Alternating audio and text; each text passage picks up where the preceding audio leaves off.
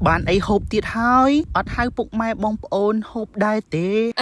chúng điệp xuống xuống đây bụng mai bong ôn từ ở kia chụp cho mùi khiêu một đồng tiệt hơi nó không video thay mày đời xa mình trong ai bụng mai bong ôn từ ở kia click một khiêu một chi diêm thưa video ở bụng mai bong ôn từ ở kia tu snai bàn trà na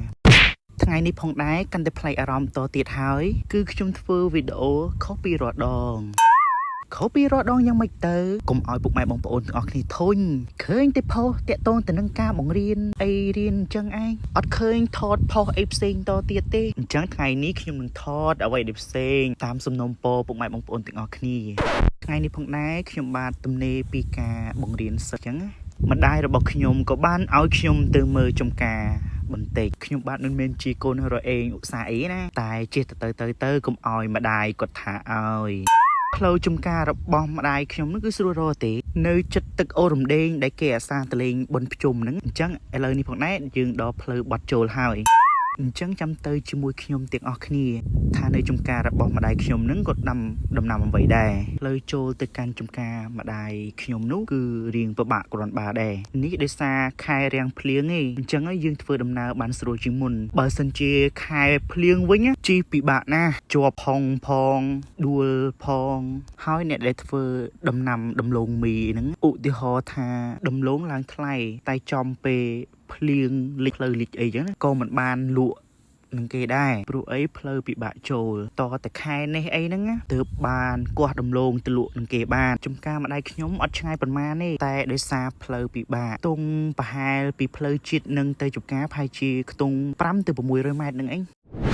ឥឡូវនេះគឺខ្ញុំបានមកដល់ចំការរបស់ម្ដាយខ្ញុំហើយអញ្ចឹងអ្នកទាំងអស់គ្នាបានឃើញណាបាទខ្ញុំប្រាប់អ្នកទាំងអស់គ្នាបន្តទៀតចោះចំការម្ដាយរបស់ខ្ញុំគឺគាត់ដាំស្វាយចន្ទី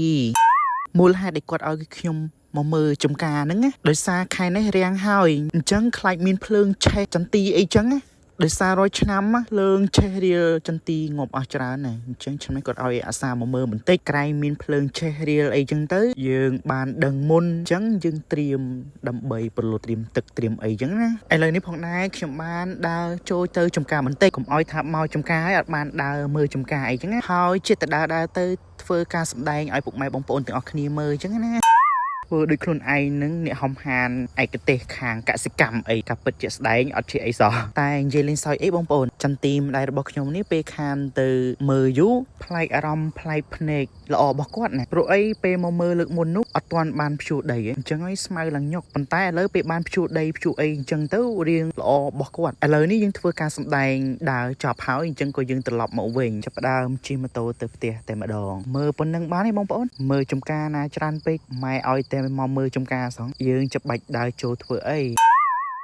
ពេលជិះត្រឡប់មកផ្ទះវិញខ្ញុំឃើញដើមឈើម្យ៉ាងដែលខ្ញុំចង់ចែករំលែកទៅកាន់ពុកម៉ែបងប្អូនទាំងអស់គ្នាឲ្យស្គាល់ដើមនឹងដោយសារពុកម៉ែបងប្អូនទាំងអស់គ្នាមួយចំនួនក៏មិនទាន់ស្គាល់ហើយមួយចំនួនទៀតក៏បានស្គាល់រួចមកហើយអញ្ចឹងឥឡូវនេះខ្ញុំនឹងបង្ហាញនិងបញ្ជាក់អំពីដើមឈើមួយនោះតើអ្នកទាំងអស់គ្នាស្គាល់ដើមឈើប្រភេទនេះទេដើមឈើប្រភេទនេះអ្នកភូមិខ្ញុំដែលរស់នៅក្នុងស្រុកឆែបហៅថាដើមម៉ាក់ដងចំពោះផ្លែរបស់វាយើងអាចហូបបានពេលវានៅខ្ចីណារសជាតិវារៀងចាត់ប៉ុន្តែយើងអាចយកជ្រលក់ជាមួយអំបិលម្ទេសបានមានអីឆ្ងាញ់មួយយ៉ាងដែរតាប៉ុន្តែពេលបើហូបវាចាស់រៀងរឹងបន្តិចខំមិនស្រួលចង់បាក់ធ្មេញណាបងប្អូនហើយនេះគឺជារូបរាងវានៅខាងក្នុង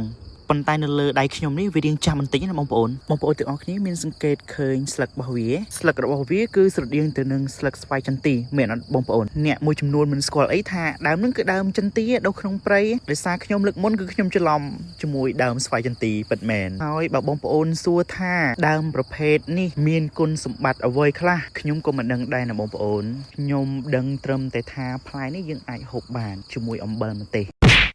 ឥឡូវនេះបងវាយអារម្មណ៍បងប្អូនទាំងអស់គ្នាមកទស្សនាដើមឈើមួយប្រភេទទៀតដែលអ្នកខ្លះធ្លាប់តែឃើញផ្លែរបស់វាប៉ុន្តែមិនដឹងថាដើមវារូបរាងដូចម្ដេចអញ្ចឹងថ្ងៃនេះផងដែរខ្ញុំបាទនឹងបង្ហាញដើមឈើមួយប្រភេទនោះទៀតបងប្អូនទាំងអស់គ្នាសាក់ទីមើលថានេះគឺជាដើមអ្វីនេះណែ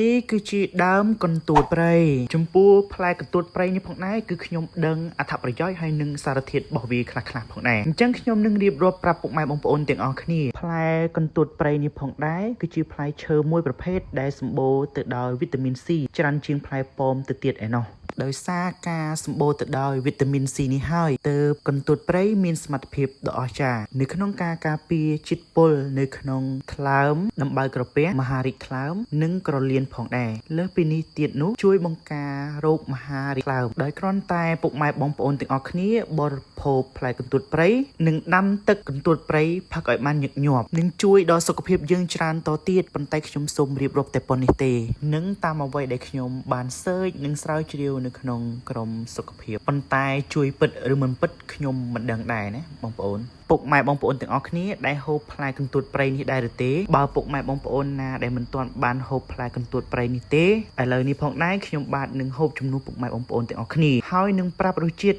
នៃផ្លែឈើនេះផងដែររសជាតិផ្លែកន្ទួតព្រៃនេះពេលខាំមុនដំបូងមានរសជាតិជូរប៉ុន្តែពេលយើងលេបទឹកមាត់យូរៗទៅមានរសជាតិផ្អែមនៅចុងមាត់របស់យើងអញ្ចឹងរសជាតិវាមួយយ៉ាងដែរហើយមួយទៀតអ្នកភូមិខ្ញុំតែងតែហូបវាជាមួយបុកអំបិលខ្ញីអញ្ចឹងពេលបងប្អូនឃើញផ្លែនឹងអីនៅក្នុងព្រៃអីគួរតែបេះយកមកហូបខ្លះមកព្រោះអីផ្លែប្រភេទនេះគឺជួយសុខភាពបងប្អូនបានច្រើនដែរព្រោះវាគឺជាផ្លែឈើធម្មជាតិដែលដុះនៅក្នុងព្រៃចំពោះដើមកន្ទួតព្រៃធំៗគឺមិនសូវមានប្រមាណទេប៉ុន្តែដើមកន្ទួតព្រៃទូចៗវិញគឺមានច្រើនមែនទែនហើយនេះហើយគឺជាដើមកន្ទួតព្រៃទូចៗដែលអ្នកទាំងអស់គ្នាបានជួបអ្នកខ្លះប្រហែលជាអត់ស្គាល់ទេនឹងឯងដើមកន្ទួតព្រៃណាប៉ុន្តែវាជាប្រភេទដើមនៅតូចៗចំពោះដើមធំៗនៅចិត្តចឹងអត់សូវមានទេនៅក្នុងព្រៃជ្រៅបានមានច្រើនព្រោះអីអ្នកដែលគាត់បេះផ្លែកន្ទួតព្រៃហ្នឹងគឺគាត់កាប់ដើមតែម្ដងដើម្បីបេះស្រួលអញ្ចឹងហើយដើមឈើប្រភេទនេះនៅចិត្តភូមិអាធំៗអត់សូវមានប៉ុន្មានទេវីដេអូរបស់យើងគឺបានមកដល់ទីបញ្ចប់ហើយបើសិនជាពុកម៉ែបងប្អូនទាំងអស់គ្នា